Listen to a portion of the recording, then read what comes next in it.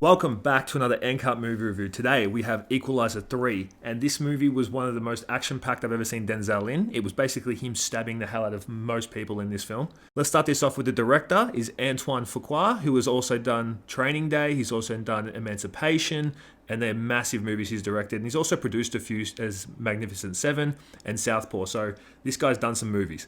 The cast of this film was Denzel Washington back as Robert McCall, and Dakota Fanning, who's playing an intel agent. Robert finds himself in Naples and in the Amalfi Coast due to following a lead for finding a man who had lost his pension fund that was cyber hacked. Following this action-packed and awesome opening scene, Robert is injured and finds himself in the care of the local doctor from this coastal town, which also sets up another relationship which leads to him wanting to protect the town more, I suppose, just like the menial and, I guess, useless love interest that he has that never even amounts to a love interest. And so he spends the foreseeable future recovering from the injuries that he receives from this opening scene. And in this time between recovering, he decides that this is where he wants to live and retire and settle down. And this leads to him wanting to protect these people in this coastal town. How many times am I going to say the word? I've heard coastal. I've heard coastal that 4 times. The plot follows Denzel's character, who finds himself in the coastal town of Altamonte, which is based in the Amalfi Coast. And he's on a mission to find the stolen pension fund for a man in Boston, where he's originally from. When he's trying to find this pension fund, which has been stolen via a hack, he stumbles into an Italian mafia family criminal operation bigger than he first expected, and is severely wounded, leading to him being stuck in Altamonte for the foreseeable future. Fast forward in the recovery, and Denzel's character McCall has actually found that he enjoys the lifestyle that he's got in Altamonte and can see himself retiring, hanging up the boots sort of thing. Dakota Fanning's character Emma, who actually happens to be the daughter of Susan Plummer, McCall's close friend in, if you remember, in Equalizer 2, who was murdered by Pedro Pascal, and that was like the catalyst for that plot of that whole movie, is An intel agent. Is an intel agent. Well, I've already mentioned. Is an intel agent. Where should I start from? Start from Dakota Fanning. I'm just going to read what I've written down. Fuck it. Dakota Fanning.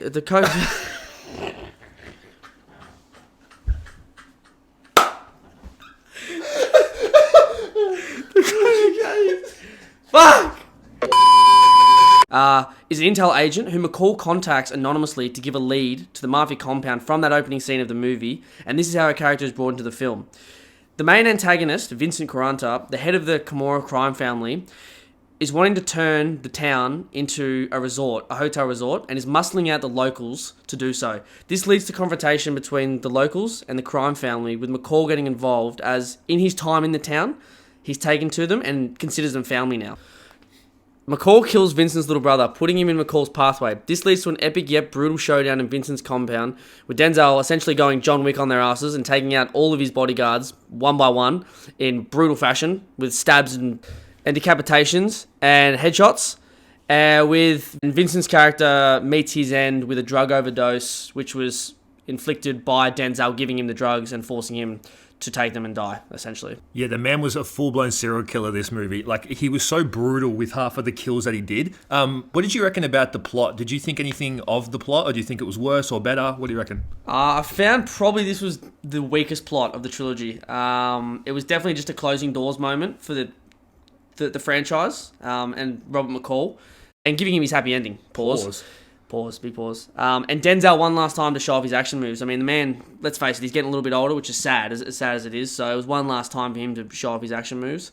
If I was going to compare it to anything, it would be John Wick, and essentially John Wick 4. Yeah, for sure. With the script and the action, and a lot of these action movies that are coming out now with the single superhero action hero mold, like John Wick, are essentially the same plot, dedicated to who can have the best KD, with infinite plot armor, and honestly, it's getting a bit tired.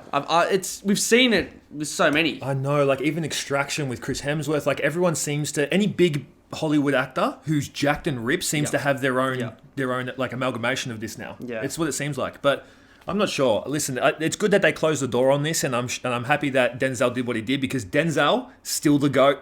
The man, no matter what he does, he's the always greatest. good. If it's He's the gonna greatest. if it's gonna be the same as this, it doesn't matter because the guy's just the best. I think that my favorite bit of this whole movie was how brutal he was with these kills. Like, especially with the younger brother, with Marco, that kill when he takes out all of his mates as well with him. He has the car crash scene, and then he hits the big Viking guy with the wine bottle. One shot, head dead, right? Then one shot, literally man got one tapped, pause. And then he also has the most, like, intimate scene with Marco of him dying. Like, stabs the shit out of him like he was in prison. Yeah. And then watches the life fade from his eyes.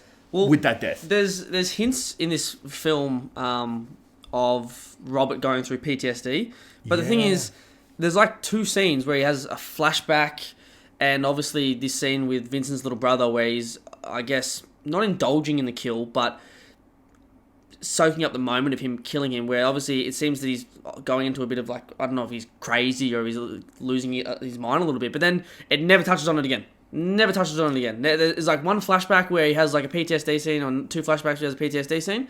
Then nothing. Yeah. The writing of this film, I feel like they just got tired. They not tired, but they just ran out of sort of. They were thinking to themselves, let's make a really intricate movie, and then they just went, oh, actually, let's just make it a huge action scene and give. Yeah, the character. Well, like you were saying, happily ever after. Like you were saying with missing that intimacy scene, he had a love interest, but they never tapped on it. Never. You always thought that he was going to get with that cafe chick, but Yeah. that barista chick never happened. And then they had like the police chief of the town's daughter, who every time she saw Denzel's character, she'd be like, "Oh, hi Robert," which is, I guess, meant to give you that sort of. Roberto. Well, it was meant to give you that heart pull that he's got a reason to fight for, but it just amounts to nothing. Like, he doesn't even know this little girl. Like, it's. You know? Yeah, they get attached to these characters quite quickly. They wanted you to sort of feel something super quick. Yeah. So it was a bit of like a... and then the movie just ends. Pullover. Yeah. And then it just finishes. Yeah, it was a bit of like a washover, I feel. So it seems like they were going to go into depth about him dealing with what he's done in previous films and in his life, and then they just decided, actually, you know what, let's just finish the film. Yeah. Which is not a bad thing. It's the same with John Wick. There's not, apart from the first John Wick, there's not a lot of substance behind it anymore. It's just action and how many people you can take out without getting killed. Like you said, how big your KD can get. Yeah, exactly. That's pretty much all it is. This movie was really, really good for the action scenes alone. I would rather it be something different a little bit. Like, I wish they could change a little bit more with the love scene or go more into it. Just like touchy things, I guess, of the whole movie. Like, there's certain like little things I wish they changed. The other thing the only other thing I would touch on is I thought the set locations of this movie were great. Having been to the Amalfi Coast and Naples, it's beautiful scenery, everyone knows that, and I felt that the shots in this film caught that perfectly. Yeah, the cinematography was really cinematography good. was great, the scenes were great, like the lighting in it was good, it gave that like sort of dark, because obviously it's quite old in Naples and in that part of Italy, it sort of gave like a darkish vibe to it. They also hit on the history with the church being 1,000 years old, setting up there. That was cool. Yeah, and like the cobblestones and everything. I thought the cinematography, the set locations and everything like that, I thought they were great. I thought it was like it's a beautiful part of the world to be able to film, and even filming like an action film, which is quite full of gore and stuff like that and killing scenes and everything. It still was beautiful to have that as the backdrop. I would recommend to go watch this movie just to finish off the trilogy. If you've watched the other 2 as well, this is a really good ending to the trilogy and to the franchise, and I think that Denzel has done a great job portraying the last bit of Robert McCall. I'm glad that he's done that, and he's finished the character development of Robert McCall perfectly, and I think that is an awesome tie-up for this franchise now, and I reckon I'd probably rate this a 65, 66. Yeah, I wasn't expecting too much from it. I wasn't expecting a whole lot of storyline based sort of things to it, but just pure action, which it gave enough of it, and I think that it's worth a watch to finish off the franchise. So, yeah, what do you reckon?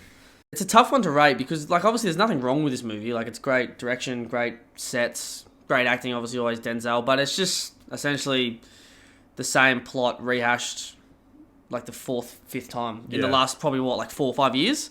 So on that alone, I'd give it like a 60. There's nothing wrong with the movie. It's the same plot over and over again. Yeah. And with just either the same or different action hero depending which franchise you're watching. So, yeah. Anyway, guys, thank you for watching and listening. Don't forget to join the cult, which is just subbing and liking this video. Thank you guys for watching. This has been another NCut movie production. Peace. We out. We out. And cut.